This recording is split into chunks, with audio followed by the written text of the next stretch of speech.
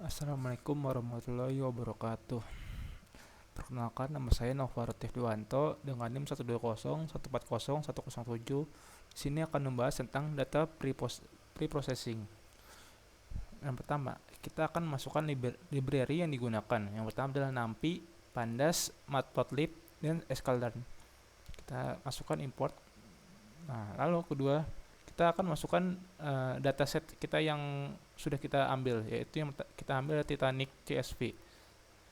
Kita sudah masukkan ke dalam folder, lalu kita running program ini dan kita lihat datasetnya. Nah, berikut contoh dataset yang 5 teratas pada dataset tersebut. Lalu kita visualisasikan dataset tersebut. Yang pertama, kita akan memvisualisasikan tentang kolom survive. Berikut adalah tampilannya. Yang kedua adalah visualisasi kelas penumpang. Berikut tampilan chartnya. Lalu yang ketiga adalah visualisasi kelamin penumpang. Berikut adalah tampilan chartnya. Selanjutnya kita akan visualisasi dari keberangkatannya. Berikut adalah tampilan chart dari keberangkatan. Lalu visualisasi pasangan atau saudara penumpang. Berikut adalah chartnya. Selanjutnya kita akan visualisasi orang tua atau anak penumpang. Berikut adalah chartnya.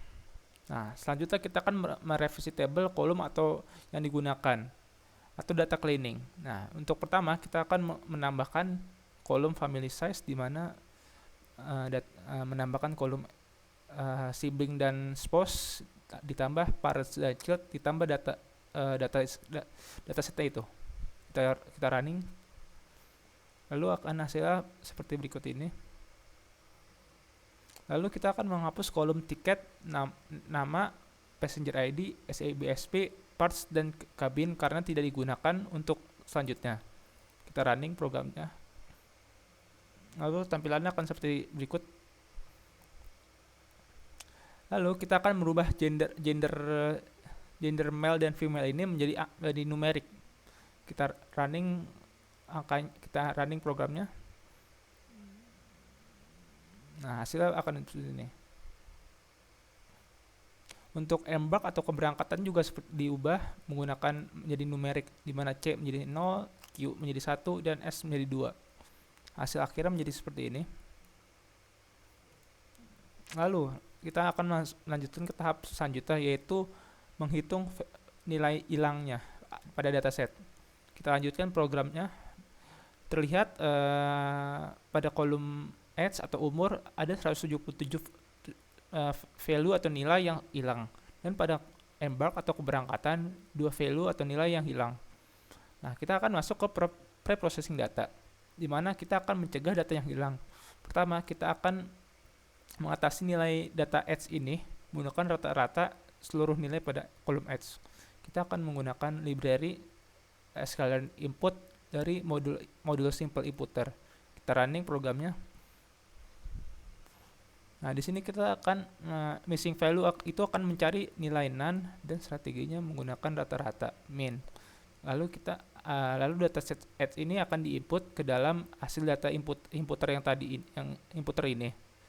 Dan lanjut kita menuju kolom embark, di mana menggunakan rumus yang sama tadi atau modul yang sama tadi, simple inputter, di mana dataset di kolom embark ini akan diinputkan dan ditransformkan kepada masuk ke skala yang baru, di mana most frequent atau nilai yang terbanyak yang muncul.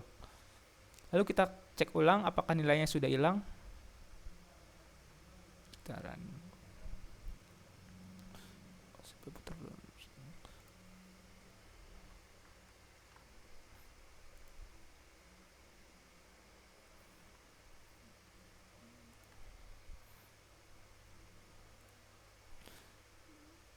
Nah, untuk umur dan embarknya sudah 0, berarti data sudah komplit atau sudah terisi. Lalu kita akan melakukan encoding. Encoding merupakan kategorian di mana menjadi numerik atau angka. Nah, di sini kita akan membagi table menjadi dua, yaitu X dan Y, di mana X itu keseluruhan table kecuali kolom survive, dan Y itu kolom survive itu sendiri. Kita running programnya, langsung kita printkan X ya. Nah, ini merupakan value dari table X itu yang sudah kita pisah itu, dan kita print Y. Nah, ini berikut adalah value dari table Y yang sudah kita pisah atau table survive. Lalu kita akan encoding variable data independent. Di sini kita akan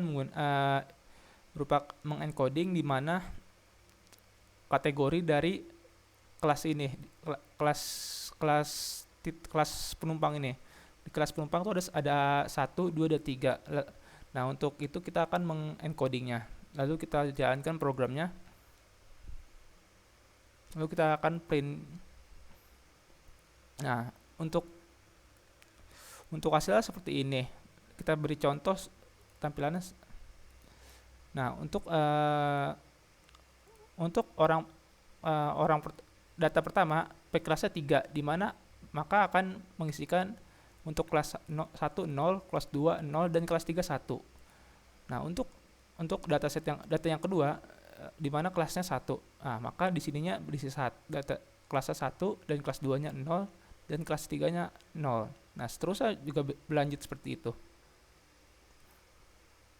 Lalu kita akan encoding variable data independent atau table Y yang yes atau no ini.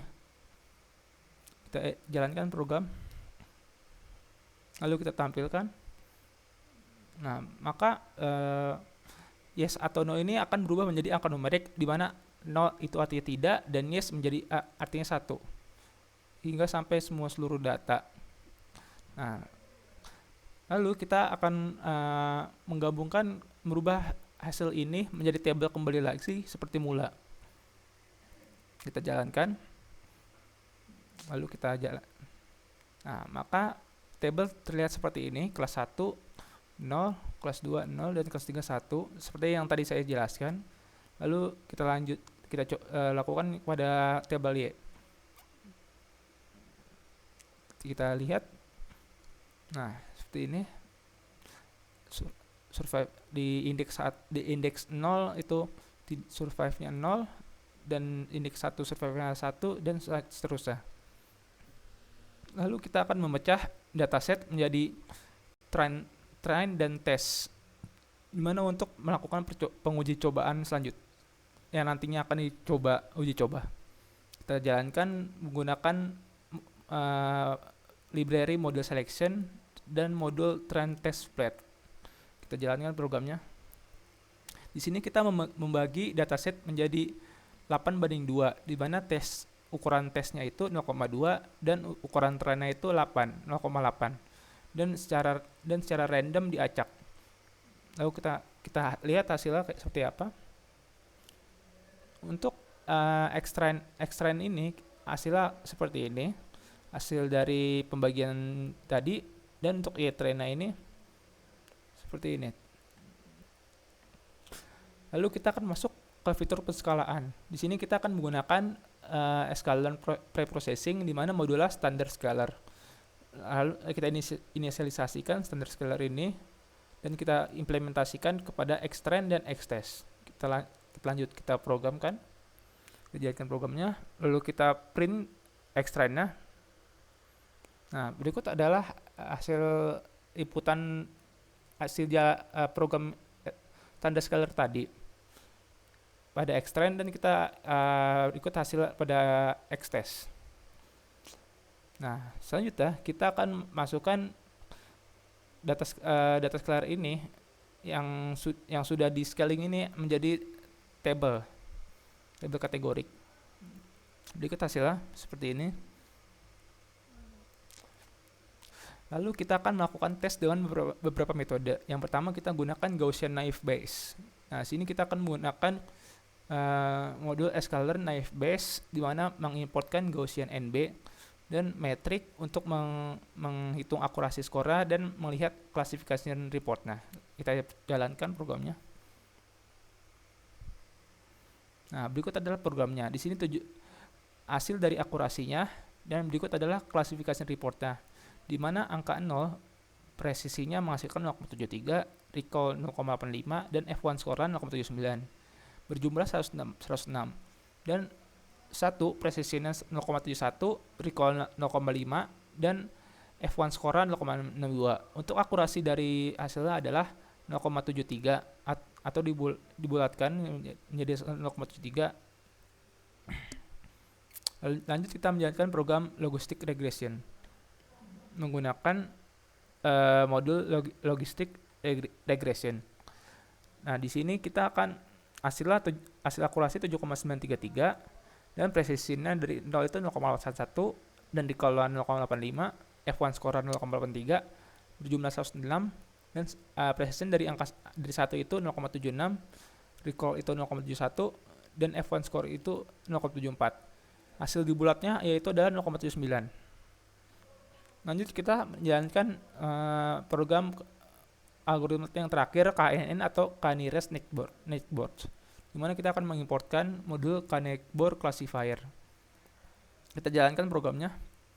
Di sini menghasilkan akurasinya berupa 76,54, dan untuk presisi 0 itu 0,75, recall 0,90, F1 score 0,82, supportnya total dari 0 itu 106, dan presisi satunya itu adalah 0,79, recall dari satunya itu 0,58, dan F1 score dari satunya itu 0,67. Hasil bulatan akurasinya adalah 0,77. Nah, dari percobaan ketiga di atas ini, logistic regression mempunyai akurasi yang paling tinggi, diikuti oleh K-nearest netboard, dan terakhir adalah Gaussian naive Bayes. Sekian dari saya. Jika ada salah kata atau perkataan yang tidak mengenakan, mohon maaf. Assalamualaikum warahmatullahi wabarakatuh.